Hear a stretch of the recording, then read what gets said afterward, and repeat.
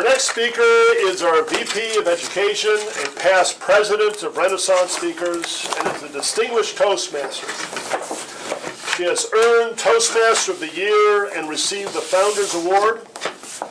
She's working on her second DTM. She's doing project number 4, a fact-finding report from the Speaking to Inform Advance Manual.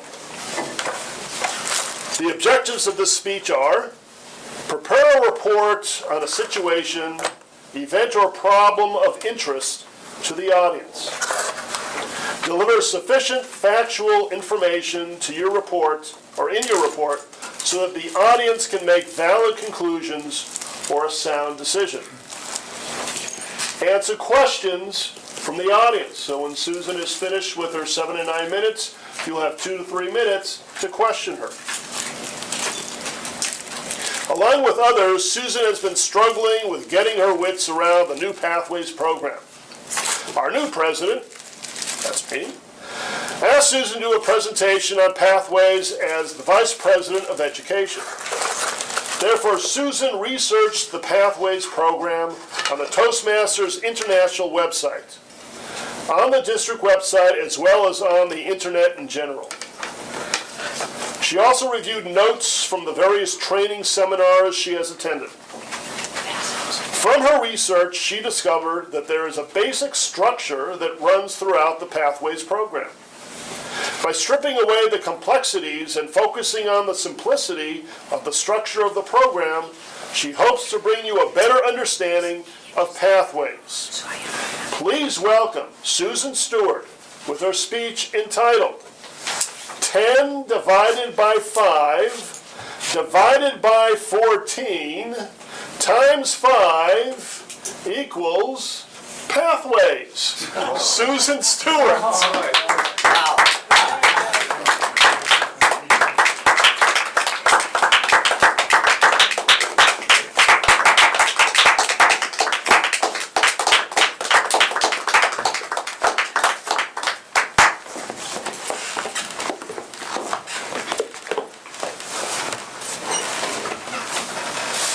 I'll say that again. 10 divided by 5 divided by 14 times 5 equals Pathways! Easy peasy, right? Of course. Mr. Toastmaster, fellow Toastmasters, and our guests, it actually is easy peasy once you understand the structure of Pathways. I did some what is this called? Locabration. Locabration through the Toastmasters International website, through the district website, through the various trainings that I've been to on Pathways, and even this morning a bit more through the Pathways book that Roberta has brought and been talking to us about. With this, I've discovered that there is actually a very simple, basic structure, if you understand it, that makes everything so much easier. I'm not going to get into any of the complexities. I'm not going to get into any of that. We're just going to talk simplicities here this morning. A path, or an example of how simple it is we're playing a game that involves a path. How many of you have played Monopoly sometime in your life? Okay, great. So you have a board that has a path that you follow. There's a lot of complexities with Monopoly, right? But all you really need to know to be able to start playing Monopoly is that you take this game board, you pick out one of the tokens to represent that you, as you move along this path, and you follow the path through the levels of the path until you gradually learn the game and learn the complexities and be able to win the game, hopefully. Pathways is very similar. First of all, simplicity. Oh my God. We have 10 paths. Yep. They're similar to each other, but they're different from each other. Each one is unique. There's 10 of them. There's your 10. Secondly, as we went over earlier today, if you imagine this as the skeleton, the insides of one of these paths. We're going to look at the skeleton of it. Every path has 5 levels. And each level in every path has a name. The first one is Mastering Fundamentals. And when you start on your path, you go along level 1, Mastering Fundamentals. Then you move along to level 2, and you learn your style. You keep going along the path. You keep on going up to level 3, where you're increasing knowledge. And then you go up to level 4, where you're building skills. And then finally you come up to level 5, where you're demonstrating expertise. Every one of these paths has that same skeleton, just like every one of our bodies has a very similar skeleton inside of it. Now, this is a basic datum. This is a key datum that I want you all to repeat after me. Every path has 5 levels. Every path has 5 levels. Okay, that's a stable datum that you can have, and this is where we have 10 paths divided by 5. Got that? Next, every path has certain things that are similar about them. Inside of the paths, we have something called projects. These are what I'm going to call projects. The blue ones are the required ones, the ones that you have to do. The yellow ones are electives or choices or things that you can do if you, some of them you have to pick some choices or some electives, but you don't have to do all of the electives. What's a project? Now projects, fortunately, we had some examples that John gave us this morning. I'm going to give you examples of 2 projects, just to give you a little bit more of an idea of what's involved. The first one is the icebreaker. You all have a handout on the icebreaker. And as, you want to pass those out? And as John mentioned, you get a little bit more broad experience on the internet when you're doing the project there. Not only do you have the text and the written materials, which we have in the manual, which is all there, and then some, but we also have videos that explain things, videos that give tips, slideshows that give information, and there are interactive actions that you do as you go through. I did not print out the entirety of the website of the icebreaker. You can go online, you can go to the internet and just Google icebreaker Toastmasters International, and it'll pop up and you can walk through the whole thing yourself without even logging in if you want to get some idea of the experience. Then there are interactive parts. For instance, you see on the first page there's the checklist. 4 items, very simple, that you need to get through. The second thing is doing your speech. Now you can type that into the computer if you want to. It's an interactive form that you can work with. You can print it out like I did. You can handwrite it. You can do it in your head because a lot of you are very experienced and don't need to be going through the mechanics of that. You have your choice. And then the final 3 pages that are in your packet, you should always print out because that's for your coach. That's your evaluation. That's your coaching sheets. And those you bring and you fill that in. You have the choice of going back, putting it into the computer, or keeping it paper, or throwing it away, or whatever you want to do with it. So that is an example of a project. That is the first project on every single path on level 1. John, thank you for giving some reality on some of the other projects that are involved. There's more complex ones, like how many of you have done an HPL, high performance leadership? Quite a few. You know, that's fairly complex. You've got 2 speeches that you need to do. You have you have to get a team that advises you, a team that you run, and a whole lot of things that you have to do in the middle. Well, that's one of the required projects on 3 of these paths. It's not on all of them, but there's 3 different paths that is a required project. It's a much bigger project. The simplicity is, a project is contains a speech and some other stuff. So there's another stable datum for you. A project let me give you that again. A project consists of a speech and some other stuff. A project. Okay, good. So it's just a speech and some other stuff. Sometimes it's a lot of stuff, sometimes it's a lot less stuff. And the speech may involve being the table topics master, for example. You know, so you're moderating a group, so it may not be actually standing on the stage with a speech. All right. Now the 14. So we have 14 projects. So we have 10 pathways divided by 5 levels with 14 projects. The first level has 3 required projects. One is the icebreaker. John talked about the second one and the third one a bit. Sorry, these are falling over. So you have 3 required projects. The second level also has 3 required projects. They are a little different on different levels. Many of them are very similar. The last one on each one is about mentoring. The third level, which is increasing knowledge, has 1 required project, and then you get to pick from a whole tray full of electives, and you need to do 2 electives. So you add 2 electives here. Can be any 2, and you can pick more if you want. You can do all of the electives if you want to.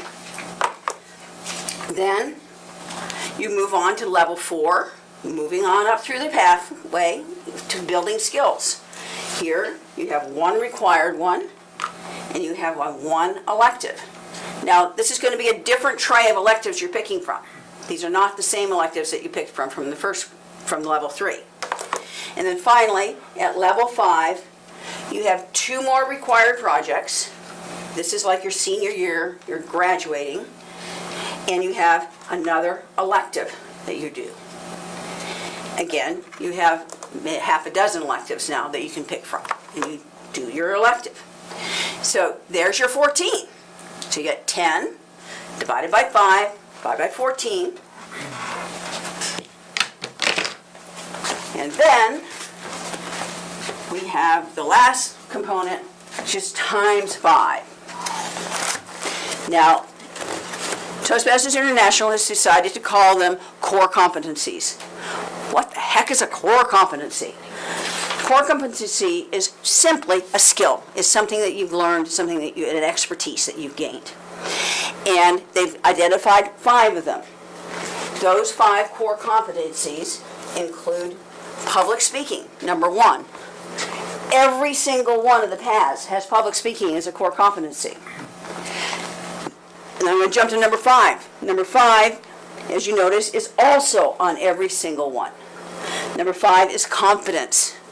You're expected to gain some self-confidence as you move through the pathways. There's 3 other core competencies. One is, number 2 is interpersonal communication, number 3 is strategic leadership, and number 4 is management. This is how they have emphasized them. I've made the pink ones number 2, the blue ones are number 3, and the green ones are number 4. They're mixed around, and these are the emphasis of the various paths. There are a number of different sheets and materials where you can take a look at what Toastmasters have given you, but I wanted to just let you know the simplicity of it. This is the emphasis that Toastmasters International has assigned to that path, so that you can know, okay, I really want to work on interpersonal communication and management. Okay, I need level 2 and level 4. So the ones that have 2 and 4 emphasized are this path, and this path. So I probably want to take a look at those. So, as you can see, 10 divided by 5 divided by 14 times 5 equals pathways. Simple, right?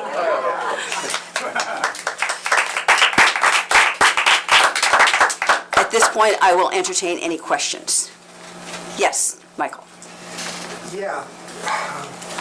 Level 1, if you're doing one path, You're level 1, 2, 3, 4, 5, and that's your designation corresponding to what we have now, competent communicator and advanced communicator broad, etc.